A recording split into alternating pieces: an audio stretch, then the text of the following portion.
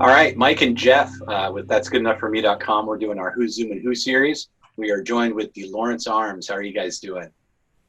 Doing all right. Hell yeah. All right, well, the big news, Skeleton Coast comes out July 17th. I wanted to talk to you guys about releasing your 7th studio album during a pandemic, how that all went down, how you got it recorded. And I guess, Chris, I'll kind of start with you. PTA and Last Words have already been put out online. I like the EBO on Last Words. That was an interesting choice. Could you talk a little bit just about how you kind of assembled together to get a new record in the works? Yeah, for sure. So I don't know. I think early 2019, Brendan and I started, writing some songs and texting them back and forth. And then, the year went by, enough songs kind of came together that I was like, oh yeah, maybe there's like a record here. That's cool. And then we went to, we kind of got our act together on actually getting some studio time. And we went and recorded this at Sonic Ranch, which is outside of El Paso, super remote, like near the Mexican border in Texas. Really, really different experience for us. We typically have always just made records in Chicago, which is where we're all from originally. And all the previous LPs have been made at the former Atlas Studios with Matt Allison in Chicago. So this is super unique and cool experience, I think. But so we made the record in the end of January, first week of February. So basically it was really just before things started to get weird with COVID. There was like some early, I guess, news and signs about, about coronavirus infections in China and stuff. But we managed to kind of get out of Texas and all get back home before this really happened. So yeah, I don't know. I guess it was the last record made before the pandemic. That's right. I can't agree with Chris more when he says that this is the most important record of all time in terms of history. Well, it's interesting. We've I got to talk with like Zebrahead and Joey Cape and all these artists that were they were escaping foreign countries to get home during all of this. So you guys are the first of a few. Dave was Big D in the Kids Table. They were finishing an album as it started too. Big D in the Kids Table's making records still? Yeah, they just recorded a whole record. I don't think it's mixed yet, maybe, or maybe they aren't really sure what to do with it. Good for them. We love those guys. Yeah. No, just terrific fucking guys. And Brendan, I guess I'll move that to you. You're sitting with this giant piece of art that you've created. Were there any discussions of should we hold on to this a little longer during all of this confusion, or were you just dead set on releasing it?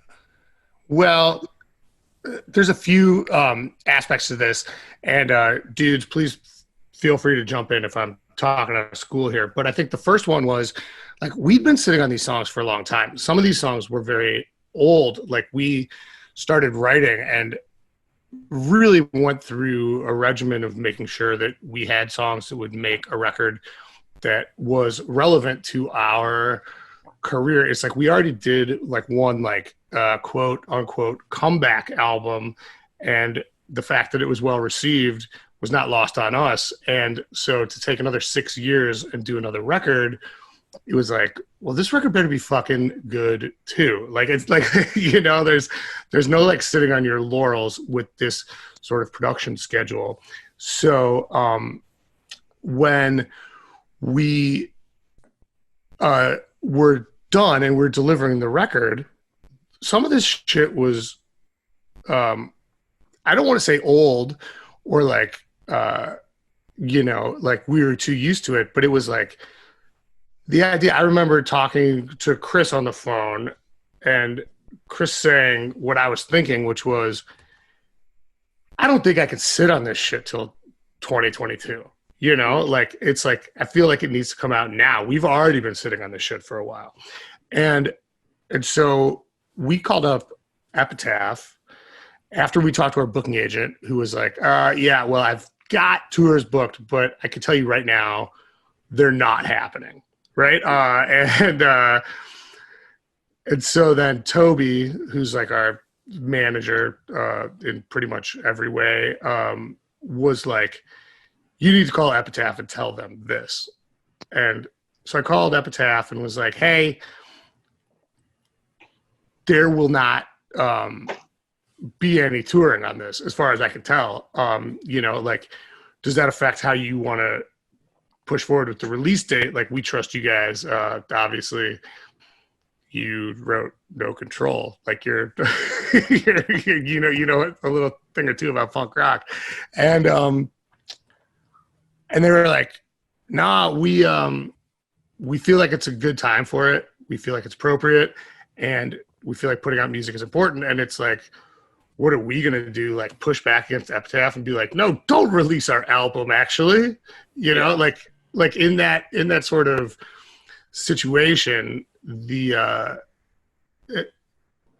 kind of got to go with the people that are like running the show, and that's not to say that they like coerced us into anything. They definitely were like, if you don't want to put out the record, we don't have to. But we were like, no, we want to put it out. Do you guys want to put it out? And so I don't think there was ever really a question like, like up and down the sort of like vertical monopoly of what goes on with if this record comes out or not. And thankfully we were all kind of like really aligned on it. Is that fair to say, Chance? Yeah, for sure. I mean, I think the thought, pardon me, I think, yeah, like thinking about it coming out in 2021, 2022 seems so far away. And, I mean, like the record has like a certain urgency to it. And that, I think, I don't know, at least for us, probably starts to get sapped over time. And then, you want to feel that urgency that people who hear it feel. And that becomes, I think that becomes a different experience as like the guys who made the record trying to get it out, and just too much time goes by and it loses its, it's like X Factor thing. And I think on top of it is like, I think once people hear the record, like it feels like to put it out maybe in 2021 or when things return to some sort of like revised normal, whatever that looks like. I think there'll be a lot of records that kind of reflect this time. And so putting it out now feels like felt right in terms of like really hitting what is urgent about the record, like waiting to just, I think starts to kind of detract from some of like the vibe I think we captured on it, so. Oh, certainly. I mean, that's for other people, I guess, to maybe like, like react to, but that's my general like feel. I think that, I think people are sorry. going to remember. No, I think that people are going to remember the records that they listened to while they were stuck at home, and I'm expecting this album to be one of those, and with fondness, not in a negative way whatsoever. But it is, for labels and artists right now, it is kind of the wild, wild west. How do you promote a record without touring? And Brendan, I was going to kind of step into, and I know Chris, you were featured on it too, the Road to Skeleton Coast podcast. I looked at it this week when we were going to Zoom, and I said, 2.5 hours. Okay. Yeah, no, it's too much. But I had one of my better friends is a huge fan of your band, so he's followed all of them along the way. Oh fuck you! Hate this guy. One of my better friends. Go on. Yours comes out, Craig. Fuck you, man. I think in a lot of ways, this podcast and just the deep dives into stories and the previous albums in your discography, I think it's kind of an interesting newer way to, as we keep saying, guerrilla style, promote your record in a way that you can't, since you can't perform shows. Did you want to elaborate on the podcast a little bit? So like I've been in marketing for like the last decade or whatever, and a lot of the stuff I've done in marketing has been like, God, it's such a lame term because it's a term marketing people use, but I guess I'm one of those now, which is like disruptive. It's like dressing the Wiener Circle up for Halloween. It's very hard to remember now. That's a local hot dog stand in Chicago. Blackfoot 56 told Jeff and I about that 2 weeks ago on their Zoom meeting. So. And we, good. And we dressed that up. I was like, let's make the restaurant have a costume. And it's hard to imagine now because that became so ubiquitous that when we did that, it was international news because no like restaurant had ever dressed up for something before, you know? And then I do this dumb Twitter thing. It's called Nihilist Arby's, which is like sort of a takedown of corporate entities on Twitter, right? And so it's like I'm always like looking into like weird ways that like marketing can fail and succeed. And when my partner in the Road to the Skeleton Coast, Tim Crisp, he was like a established podcaster, and he approached me and was like, would you like to do a podcast about all your records? And I said, I will, but under the condition, we call it the Road to the Skeleton Coast. We offer no explanation as to why until the record is announced, in order to, you know, create this story that actually like ends with something that is with something that resonates in terms of us trying to do what we're doing.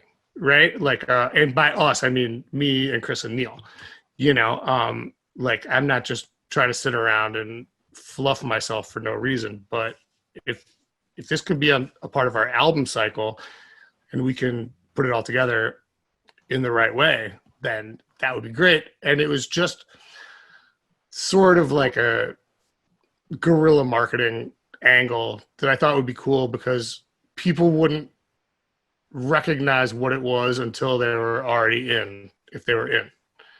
Do you know? Like, of course. And then it was only like when the album was announced, people were like, oh, that's why that's called that. That's what this is, you know? And like, and then the title of the record's already in people's minds. Like that was sort of the idea behind it.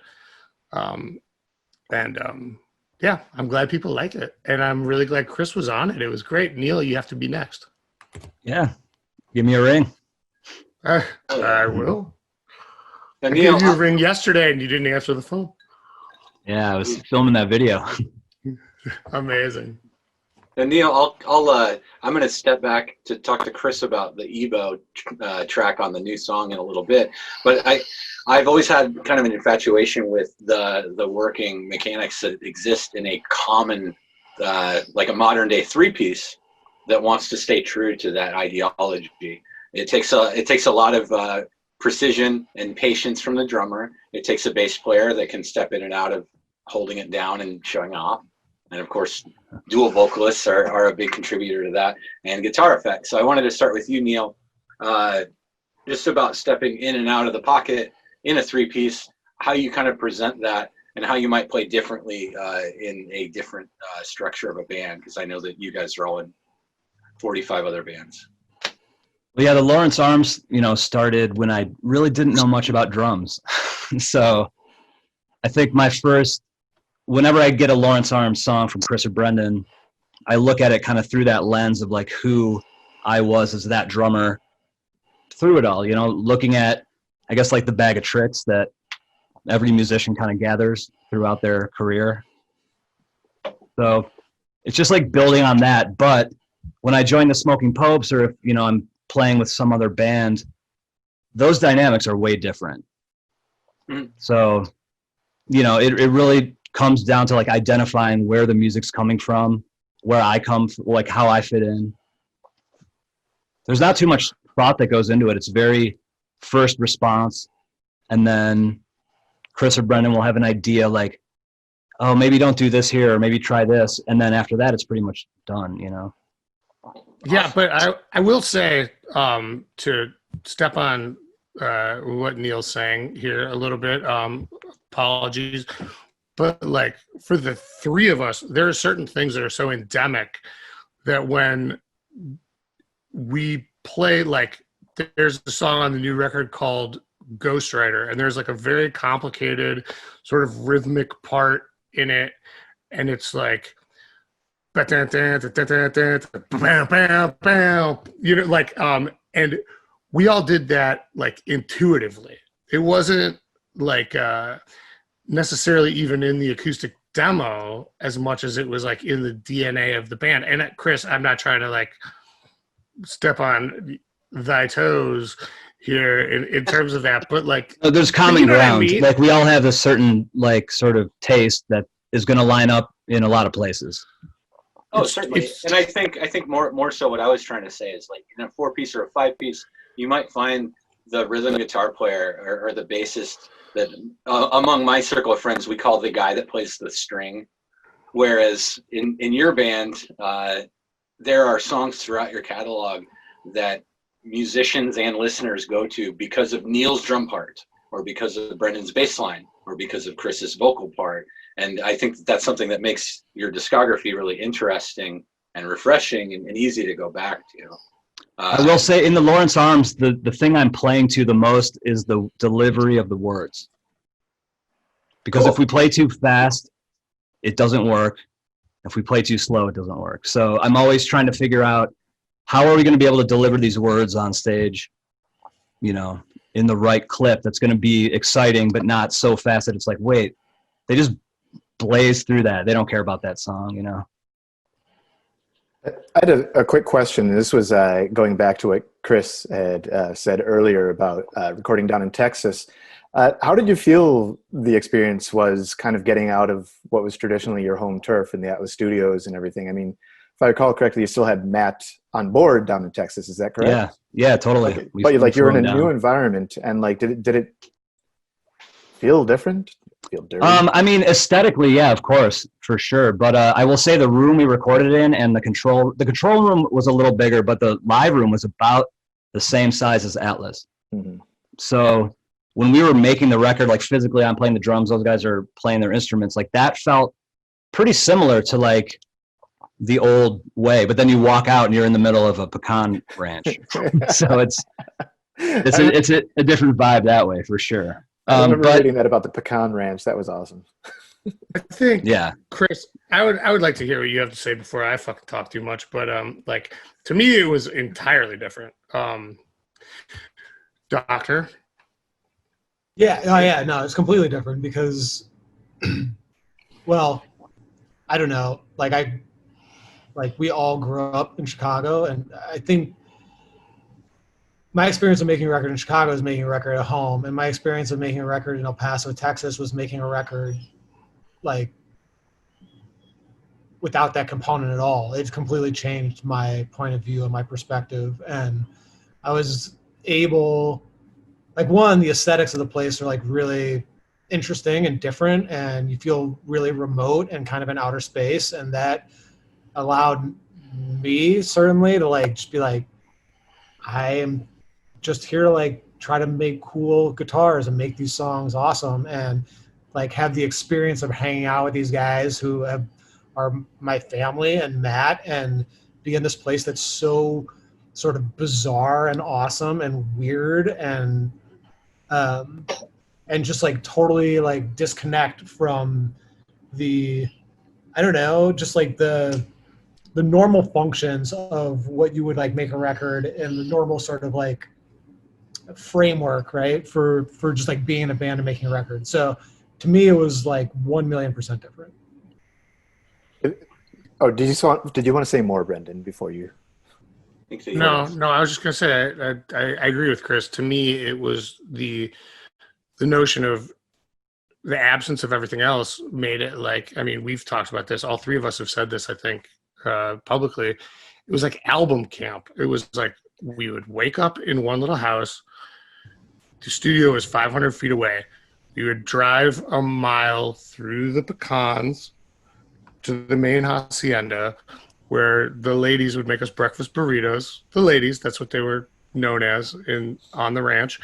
And then we would come back and we would go to our little studio house and we would just sit in there all day and we would work. And then at 3:30, the engineer assistants would say, lunches in your house. We would walk back over, whoever wasn't working currently, and then we'd walk back over and we'd work till the end of the night, and then when the sun went down, you couldn't see anything. And so it was like, it's kind of done. Like you couldn't see your hand in front of your face. And so it really helped focus the whole thing. And it's like, it doesn't matter how much trouble you want to get in at the Sonic Ranch, because it's like a 20-minute drive to buy a can of beer there. And so it's like the sun goes down, the lights are off, and you're sitting there. And for me personally, I played a lot of solitaire, but it was a completely unique experience in those terms. As far as what Neil's saying, I agree. But we also had access to so much great stuff. I mean, the equipment that is available down there is like unparalleled and unbelievable. So, I don't know. I felt it was a very different experience, but yeah, I mean, at the end of the day, it's the three of us like and Matt Allison. It still felt like making a Lawrence Arms record, but it was just like funneled through this like really weird parallel universe and being able to do something like this, Yeah. And like, Absolutely. I don't know, like the landscapes alone, it just takes you outside of your normal, like your normal line of sight, and just like makes you, I think it's not that it's like, oh, so inspiring, although I mean it's certainly like kind of inspiring down there, I think, but it's more that it's like detaches you from what is normal, and that allows you to just kind of like think about things maybe slightly differently. If you could quickly just remind me, were you all still in Chicago when you recorded Metropole, or had some of you already moved out of the state? No. I was living in Portland when we did Metropole, but I'd only been out here for like a few years at that point. Okay. So. And Yeah. you were gone as well? Neil that? can't hear us. Sorry. Is it Neil, you were gone as well? No, I was in Chicago. Okay. Yeah. But you're in LA now, is that correct? I'm in Los Angeles, for about 5 years. Okay. Now you guys finished the whole record without any pandemic lingering, forcing you to finish early or anything like that. Yeah, there was none of that. Well, first of all, if that had been a thing, I don't think we would have known it down there, to be honest. I guess that's true, yeah. Because it's like, not only is it Texas, where without like trying to cast any shade, I don't think they've taken the pandemic very seriously in the first place. And second of all, we're way out in the middle of nowhere, and beyond being out in the middle of nowhere, we're in the middle of a pecan ranch. It's like, we could have come back and been like, Kobe died? What? Like there's nothing in that fucking place to let us know that anything was happening in the outside world. And that, I think, was really one of the most magical parts of the whole thing. No, and I gotta say, I can get around on a drum set and a bass and a guitar, and I can kind of sing. And I've always referred to the studio, a mic'd studio, as like my sandy beach. And this literally was like a sandy beach for you guys, so I'm super envious. It was fun. Do you make it into town at all? Did you go into El Paso at all? Just for like grocery runs and stuff like that. And we did go to like a weird steak dinner. That's where I was born. Was that in El Paso? I forget where that was. Indio or something? That was in another place that was like as obscure as where we were, but just like down a different like state road. Yeah. It was a cattleman's ranch. If you're ever in the middle of nowhere and you're just like dying for like a fucking steak dinner, I recommend Cattleman's Ranch. It's like Disney if it was about killing animals.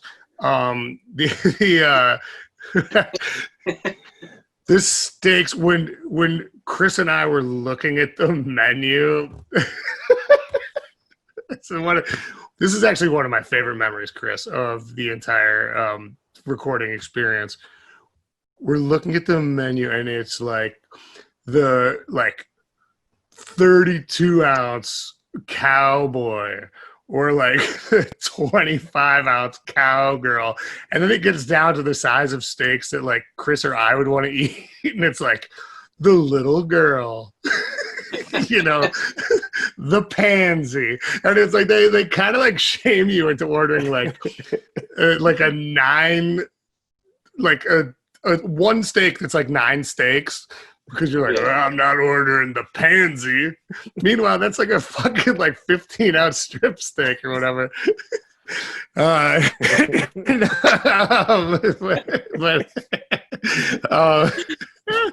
No, this was like a real Cattleman Steak House was like a real like authentic Texas steakhouse.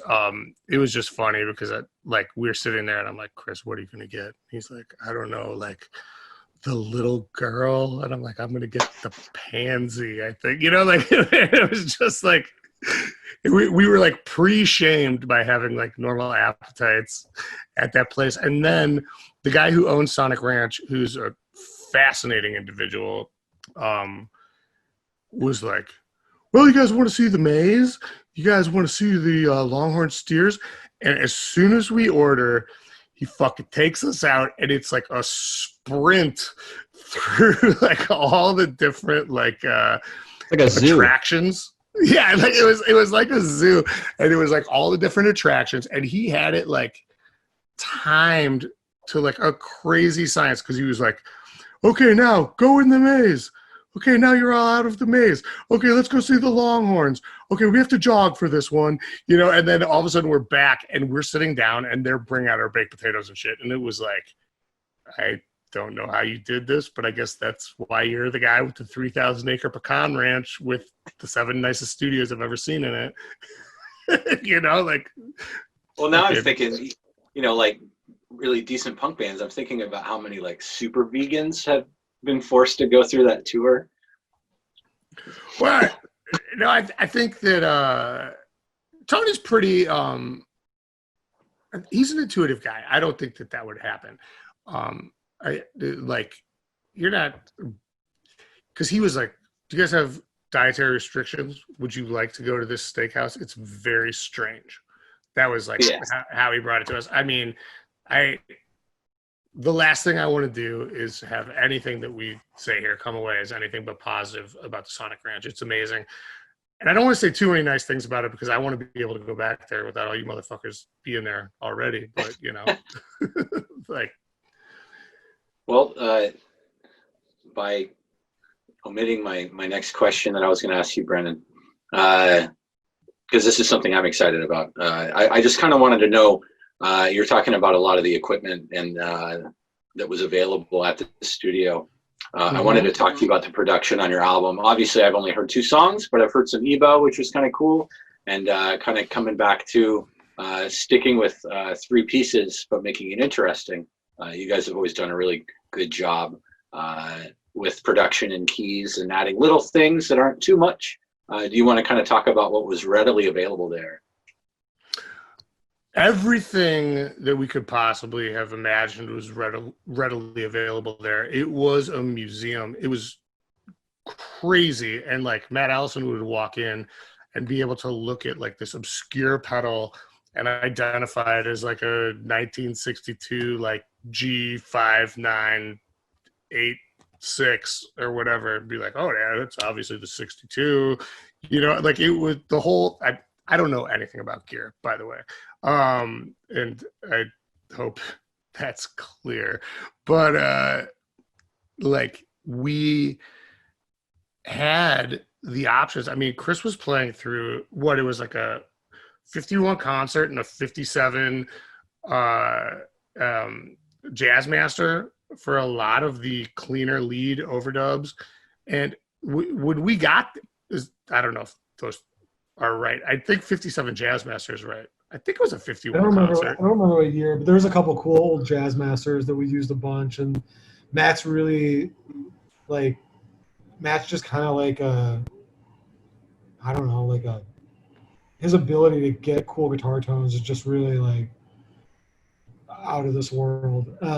We did a lot of mix and match with like some different heads they had there, some old, some not as old. They just had some really cool shit that you could kind of, you know, yeah, just like mess around with and do some really cool like blending on the guitar tone stuff. And then they did have some old jazz masters that were really cool. I did end up using like I have a 79 gold top Les Paul standard that we used primarily as, you know, still kind of the main guitar, but there was a lot of other cool guitars we got to fuck with. And so point being, there's a lot of cool stuff. And like from the studio gear side, yeah, I have no idea. Like there's so many, like, I think interesting different tools to work with on the, you know, the production end, like just as far as like instruments to use, like there was some really great options on the amp, on amps and certainly on guitars also.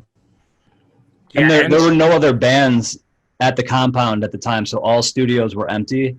So if we wanted, we could go to any studio and just root through all their stuff and get it. So, which is kind of rare. Apparently, there's always so many bands in there. Gotta wait till the pandemic. Yeah, well, we were pre-demic, but like I think that like what Chris said is right on, which is that like Matt's such a genius of getting like great guitar sounds, and then all of a sudden we unleashed Matt in this like Matt Allison exclusive candy store. You know, like nobody else would like know what every single thing in this place was. What I was saying to our well, I mean, we all said it to each other. Like, I don't want to take credit for this, but like, it was like, wow, this place could be a museum, and Matt could be the curator of it, and he wouldn't have to do a single day of training to be the curator of this place. Like, he knows every single fucking item in this place, which is crazy. But so for a guy that like is so adept at getting such great tones, and then to be able to use the actual sort of classic items that he would like to apply in order to get those tones, it really like I think elevated the whole thing. And I think Matt Allison gets a lot of the credit there. Obviously, you know, Chris played the shit, so he gets a lot of credit too. But like, well, no, and I you know, obviously 2 songs in, but you guys have your own particular sound, but I like that your albums have been able to kind of have their own flavors, so to speak. Which kind of opens up for a question Jeff had about your discography. Well, I looking back at the discography, each album seems to have, if not a theme in storytelling, a theme in how it's musically presented. And I was curious, you know, Skeleton Coast is West Coast of Africa, and I'm curious if that's actually intentionally plays into the themes of this album or anything similar to that. Did I just catch you just like finding a cool name and for your album title? No, there's a lot to say about this, but I would like Chris to talk about it because Chris is the one who wrote the song Ghostwriter, which is first mentioned Skeleton Coast, and then also had the vision to suggest that would be a good album title, and that in turn influenced like fucking one of my songs to be sort of about that, and like sort of from then on to play into that notion. But this is a Chris McCaughan answer here.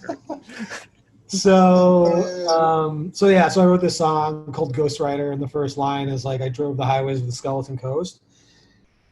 I had no idea that there was a place, I mean, not that it's a surprise to me that there's something, I mean, everything is something, that there's a place actually called the Skeleton Coast in Africa. I really didn't know that, and I didn't know anything about it. So I didn't know that, really?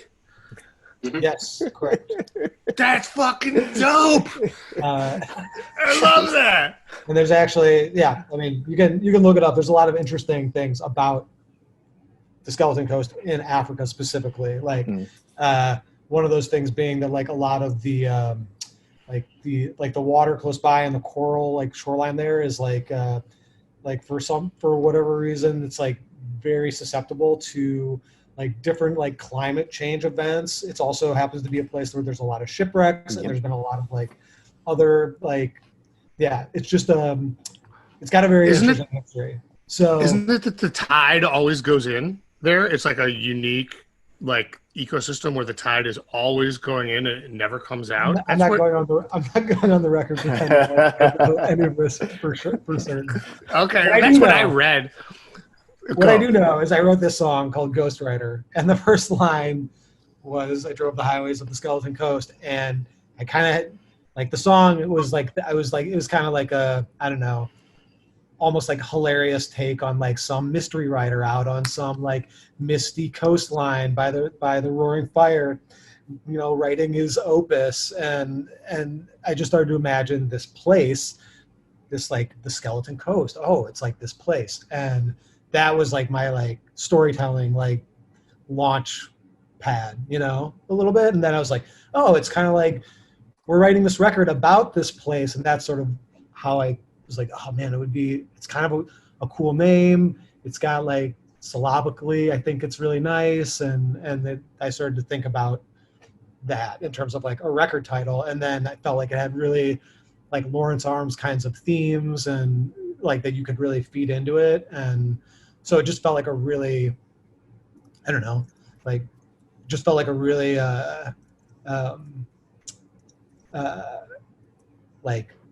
like the kind of title that you could really like manipulate into whatever you want. And like when I think about the Lawrence Arms as a band and kind of where Brendan and I meet often in terms of how we write, it just felt like the kind of destination we could arrive at together, you know? And so then it was after that, all that discussion that I was like, oh, the Skeleton Coast. Oh, it's like actually a place in Africa, on the west coast of Africa and all this stuff. And you start to learn more. And then that ended up kind of, I don't know, to me, it just like, you know, helped even build out a weird mythology more for me. I have an even better friend than Craig. Bullshit. That he went to go build schools in Africa. And on the way there, he was driven down the Skeleton Coast, and he had no idea where they were taking him. So they said, "Hey, hop out, check this shit out." And he thought he was going to look at some like animals or something, and was presented with a pile of skeletons, which was he said was one of the most life-moving things that he's ever been through. So, damn, whoa, fascinating. So no, that's dope.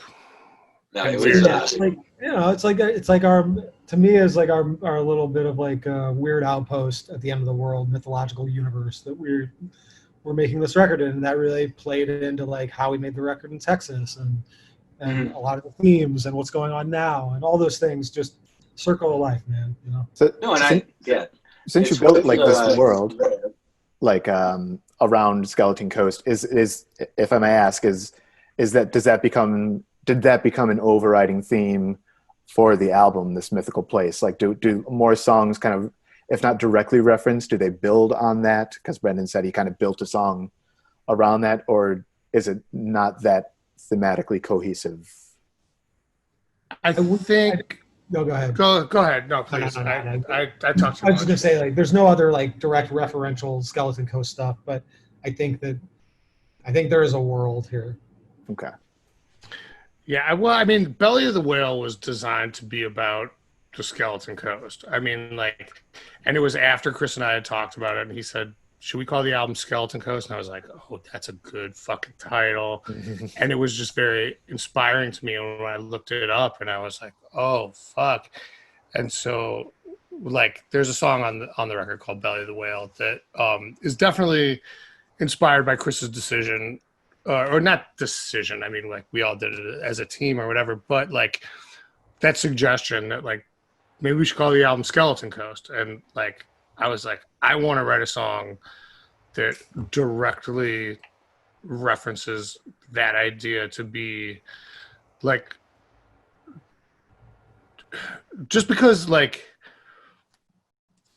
the cohesion is so important, I think, to me, to us, to our band, to what like our band is. It's like we are like a band of like, it's like there's two guys that sing very different kinds of songs, and it's like there's also like the smart and the dumb contained in both of these, both sides of our equation and whatever. And it's like there's a certain point where like, if Chris has a great idea, I'm absolutely gonna fucking jump on it.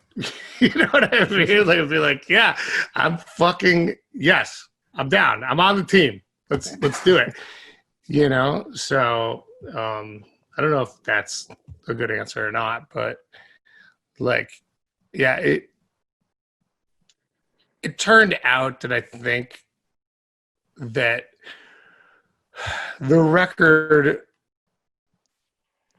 ended up having a cohesion that was inspired by the same thing that all our records cohesions are inspired by, which is me listening carefully to Chris's songs, Chris listening carefully to my songs, and us writing as we move forward towards like a common sort of paradigm, for lack of a less asshole-ish word. And and like and I really think it came together. I don't know. I mean, maybe I'm wrong. think like there's no like we're writing into this, it's not like this is all like premeditated or mapped out in some way to like make a record that is hitting all these marks. Totally.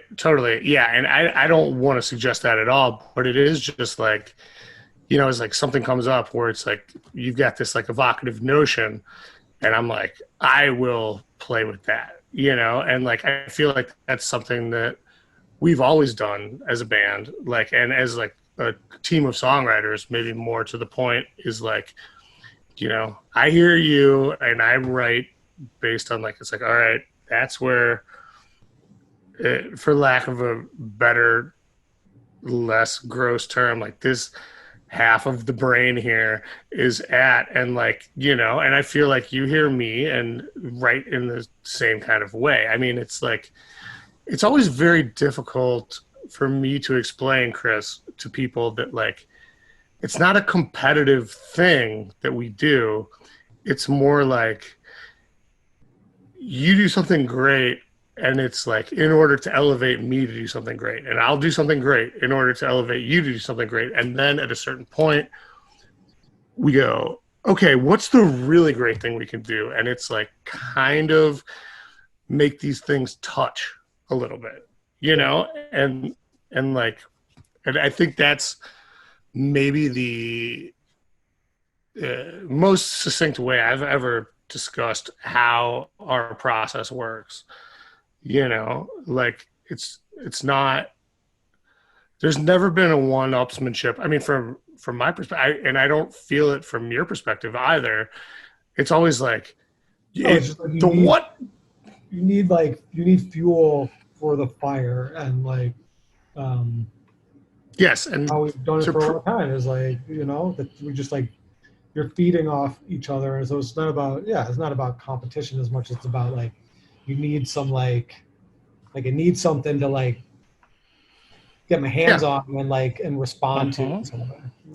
Yeah, I mean, the one time is when you wrote Great Lakes, Great Escapes, and I went, fuck.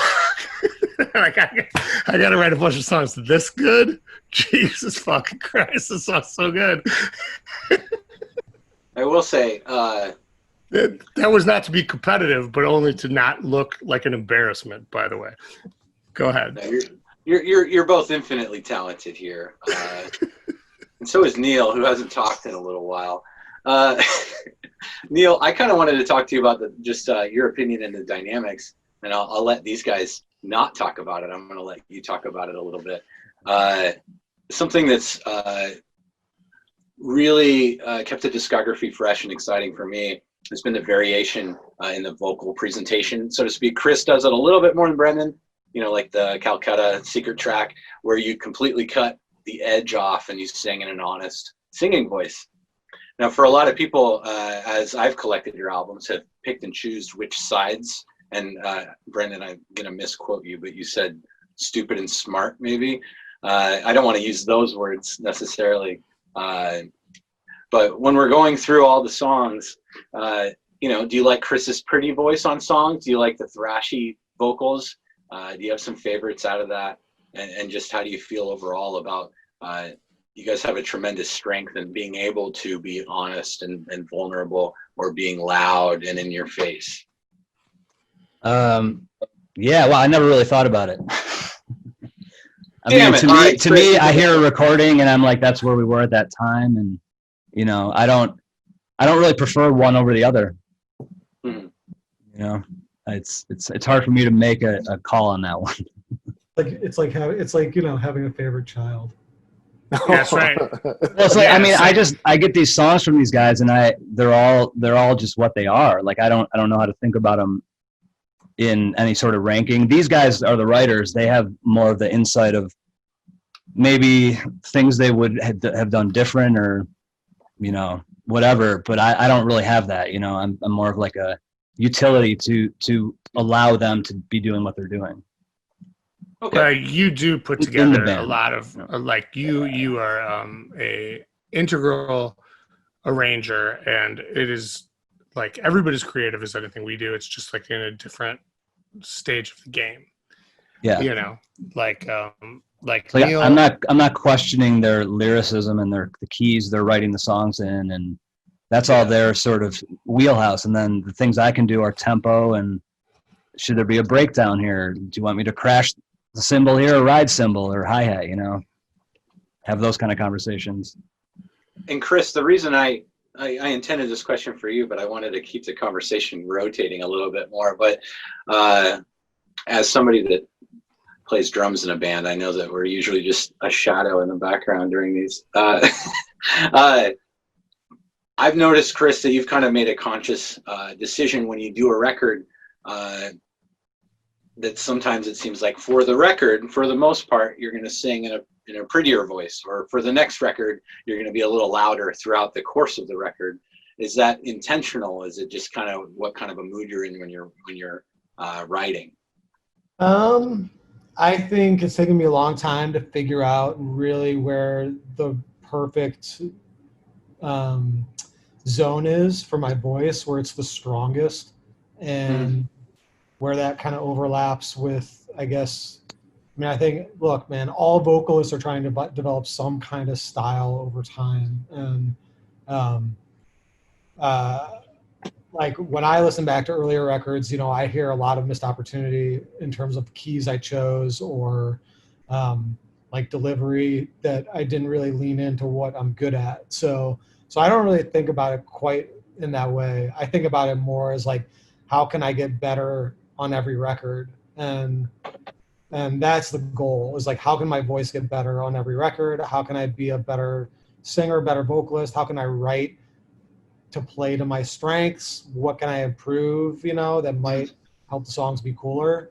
And that's always, at least at this point, you know, that's the goal. So Skeleton Coast, the goal was like, how do I get my voice to be the best that it can be? And like, what kind of keys can I choose? And how can I be, you know, like in terms of writing, like where can I like pick my moments and like lean into what I feel like I'm naturally good at, as opposed to trying to build out, you know, I guess like, yeah, some, you know, some strategic map on how I'm going to present myself. So, you know, so specifically. So the goal for this record is really just like, how do I get my voice to be the best it can be? And how do I deliver it in the best way that really feels like, you know, like I want, like the goal is for it to feel like, I don't know, like that combination of like urgent without like trying too hard, you know? And obviously you want to be like tuneful and all that good stuff, and like lean into, again, whatever style a little bit you've developed over time. But like, we've been a band for a long time. I think I operate in like, I guess like some kind of margin of error of my own style. And yeah, So I don't know. I guess that I'm like talking around the question, but the point being that like the goal is to just like really have the best vocal takes that I can get, and if they're clean or if they're kind of dirty, it just, you know, about hitting whatever vibe is best for the song and making it as good as possible. You know. That works. This is mainly stemming off of, you know, my the first apex of my fandom of your band was the transition between Apathy and Exhaustion to Greatest Story. And so I'll never forget when we all pumped in that Greatest Story for the first time. And we were like, man, these guys are pissed off. Like, they weren't this pissed off on the last record. But no, your answer makes perfect sense too. And so since I am in Lincoln, Nebraska, I probably would be doing a disservice, Chris, if I didn't ask you to elaborate on the song Nebraska a little bit. I don't know what it's about. I dig the track.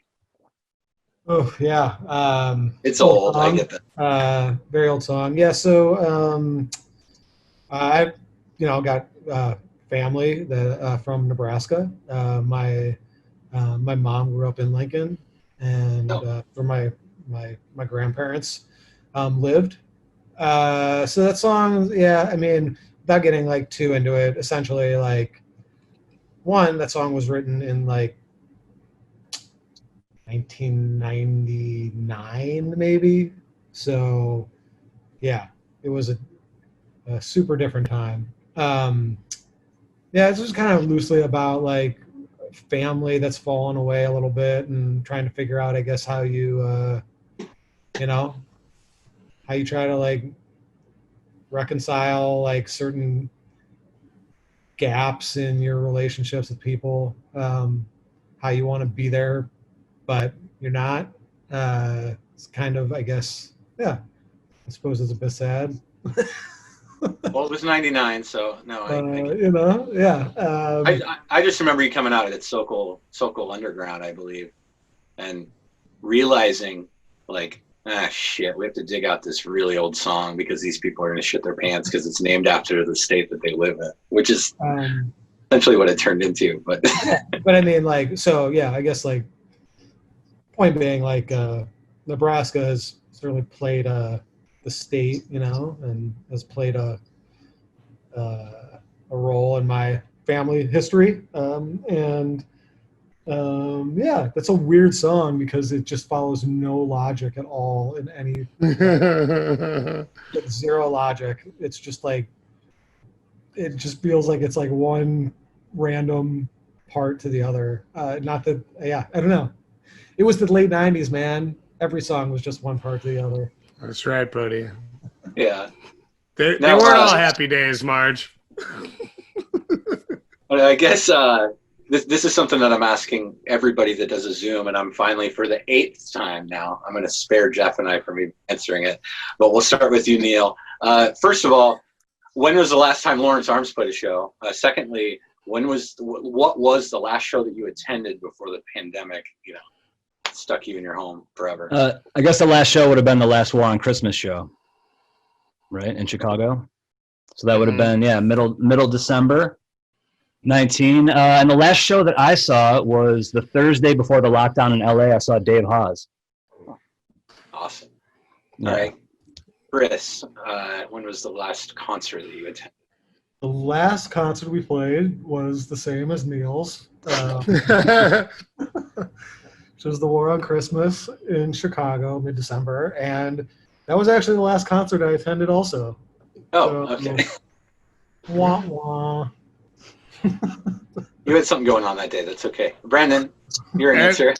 To wrap this up and make it like truly the lamest possible answer you could ever hope for, yeah, that's the last show I played was War on Christmas. And the last show I attended was Dave Hawes, but in Chicago. Solidarity, brother. Yeah. No, I think that just shows, you know, that you guys are a family, so it's perfect. And then Jeff doesn't know this, but the site's named after a fucking slapstick song, so I was going to have him ask some sort of a question about that or make some sort of blanket statement about that. No. No, I mean, so yeah, okay, so this will probably get cut out because it doesn't matter, but I was on this forum called Punks Arguing Over Nothing on Facebook that Squirt from Public Serpents put together. And people started just arguing a lot about who and who wasn't punk in the music world. And I just slapped in like just a YouTube stream of that song, Almost Punk Enough, and like so many people liked it because it's like it's good enough for me. Like you say, you're punk enough, that's fine. I know it's a little bit more of like that's not exactly what the song's about, but it still struck a chord, and I think that's kind of. I think that's pretty much what it's about. If like, there's nothing worse than calling someone a poser, man.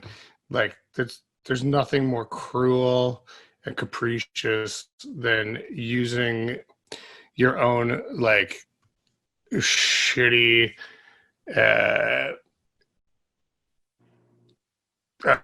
being trapped in a rutness disguised as experience to talk shit on someone else. It's like, oh, what, they have enthusiasm? Ooh, what a terrible quality in a person. You know, oh, they don't know everything. It's like, not everybody is fucking like born in that shack that Crass lived in, you know, like, so like, I really hate the idea of like what's punk and what's not punk. I don't care. You're all punks, man. It's all good. Yeah. No, it's perfect. And I think, you know, given that same methodology, I think that's why your band is still good after all these years and not like pumping out fucking phoned in bullshit, you know.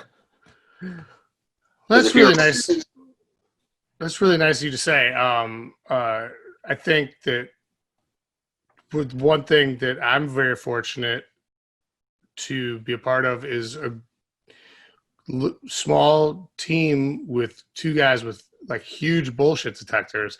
And, you know, like, I think we all sit there and go like, yo, if this isn't like important, we shouldn't do it.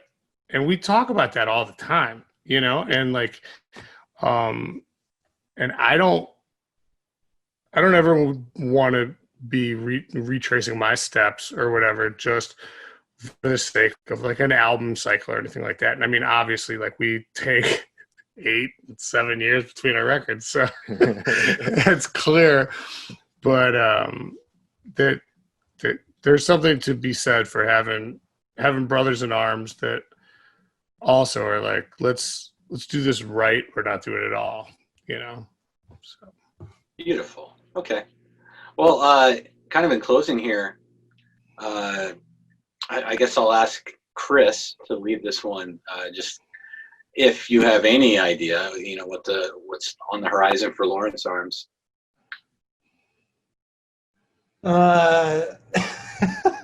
You got the album coming out. So. I think it will likely coincide with what's on the horizon for, you know, humanity.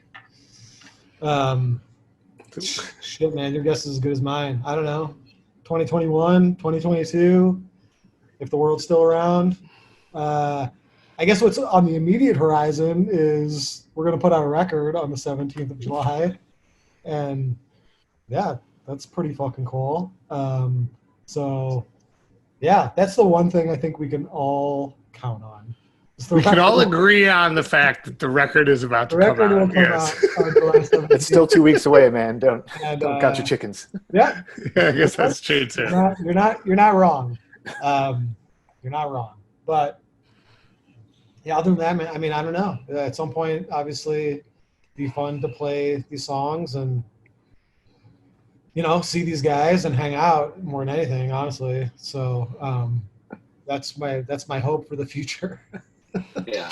Is that we won't just be hanging out on Zoom at some point. Mm-hmm. Perfect. All right. Well, you guys have been really rad. I really appreciate your time. And thanks a lot. Hey, Thanks, guys. Thank you guys so much. Thanks for actually being a conduit for me to get together with my fucking brothers here, who I love so much. Neil, it's great to see you. Chris, it's great to see you. Love you guys. Love you too.